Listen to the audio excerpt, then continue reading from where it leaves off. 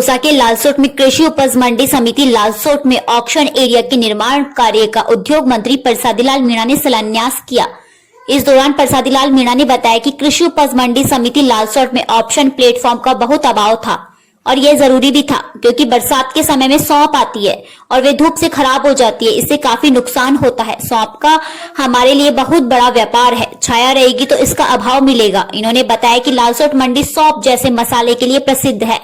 मंत्री ने कहा कि मजदूरों की मेहनत का ही यह फल है। इन्होंने केंद्र सरकार के नए कृषि बिल पर बोलते हुए कहा, केंद्र सरकार के तीनों विधेयकों को रोकने के लिए सरकार में विधानसभा में नया कानून पारित किया है, जिस पर राज्यपाल कुंडली मारकर बैठे हैं। प्रसादीलाल ने कहा कि केंद्र के नए कृषि कानूनों से किसान बेरोजगार और देश बर्बाद हो जाएगा, मंडियां बंद होगी और बाहरी लोग हमारी कृषि जिन्स को खरीद लेंगे। उद्योग मंत्री ने कहा कि हमारी सरकार हर कीमत पर 3 काले कानून लागू नहीं होने देगी, चाहे इसकी कीमत सरकार खोकर ही चुकानी पड़े। इन्होंने कहा कि मंडी का जो भी कार्य अधूरा है वह पूरा होगा।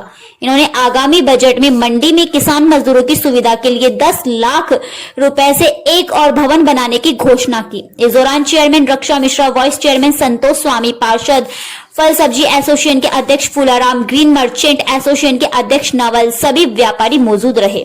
मंडी अपनी खूब अच्छी इनकम यहाँ पर दे रही है। मंडी का जो भी ऑक्शन प्लेटफॉर्म है पहले भी बनवाए, पूरा सेट भी बनेगा और भी इसमें सारी सुविधाएं मिलेगी, जिससे व्यापारियों को और मंडी का दर्जा और बढ़ेगा। बाहर से व्यापारी अपने लालसोट मंडावरी मंडी का दोनों का ही पूरे राजस्थान में सरसों के लिए, सौंफ के लिए फेमस है लालसोट मंडी। पूरी सरसों कहीं से भी, कलकत्ता, बिहार, नेपाल, कहीं भी सरसों जाएगी तो लालसोट में आकर खरीदेगा व्यापारी। ऐसी छवि आप सब व्यापारियों ने मिलकर बनाई, इसलिए मंडी को बहुत ही अच्छा दर्जा यहाँ पर मिला। इसके लिए आप सब बधाई के पात्र हैं। सब आपकी मेहनत का फल है और ये मेहनत का फल इतना चुभ गया लोगों को। नए कानून ले आए, मंडियां बंद, एमएसपी बंद, मजदूरों की मजदूरी बंद। नए कानून जो केंद्र सरकार के आए हैं, अगर ये कानून लागू हो गए देश में, ये सब मंडियों के ताले लग जाएंगे, मजदूर अपने घर चले जाएंगे, बड़े बड़े अडानी और अंबानी व्यापारी आएंगे तो घर बैठे ही खरीद के स्टॉक कर देंगे सारे माल का। भाई किसानों से खरीद लेंगे, व्यापारी मजदूर मुनीम क्या करेंगे? अब सोचिए, ऐसे काले कानून बनाए जिसका पूरे देश में किसान नहीं व्यापारी भी विरोध कर रहे हैं। शायद मंडियां भी कई दिनों तक बंद रही, व्यापारियों ने भी विरोध किया और किसान करीब 1 लाख किसान दिल्ली की बॉर्डर पे ठंड में 29 दिन से धरना दिए बैठे हैं। आज 30वां दिन है। व्यापारी, किसान, मजदूर ये सब बर्बाद हो जाएंगे। तो मंडी हमने विकसित की रहेगी, पैन कार्ड से वो खरीद लेंगे, दिल्ली और बंबई में बैठे बैठे सारा माल खरीद के ले जाएंगे, वहीं से किसान का चले गए। पहले मंडी में ये गारंटी है, जिस दिन माल आएगा, हमारी मंडियों में गारंटी है, जिस दिन माल बिकेगा किसान का उसी दिन पेमेंट हो जाता है। किसी कोई एक शिकायत, मेरे ख्याल से 35-40 साल में एक भी शिकायत नहीं मिली कि व्यापारी ने किसान का पेमेंट नहीं किया। ये हमारी मंडियों की छवि है, इस छवि को समाप्त हो जाएगी। हमने विधानसभा में नया कानून बनाया, तीनों विधेयक को रोकने के लिए कानून पारित कर दिए। कानून तीनों हमने राज्यपाल महोदय को भिजवा दिए। राज्यपाल महोदय कुंडली मारकर बैठे हैं। अगर इस तरह मंडियों को किसान, व्यापारी, मजदूर कहाँ करेंगे? सब बिहार बंगाल के मजदूर आ जाएंगे, यहाँ के लोकल मजदूर ये सब बेरोजगार हो जाएंगे।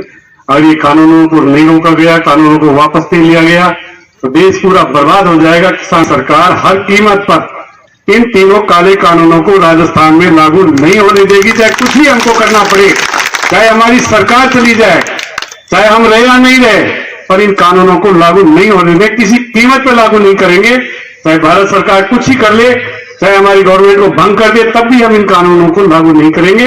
विधानसभा से हमने जो कानून पारित किए वो राष्ट्रपति के पास जाएंगे, राष्ट्रपति जी उनको मंजूर करे, नहीं तो दूसरा राष्ट्रपति करेगा, दूसरी देश की जनता करेगी। ये जनता का शासन है, किसी ब्यूरोक्रेट का शासन नहीं है।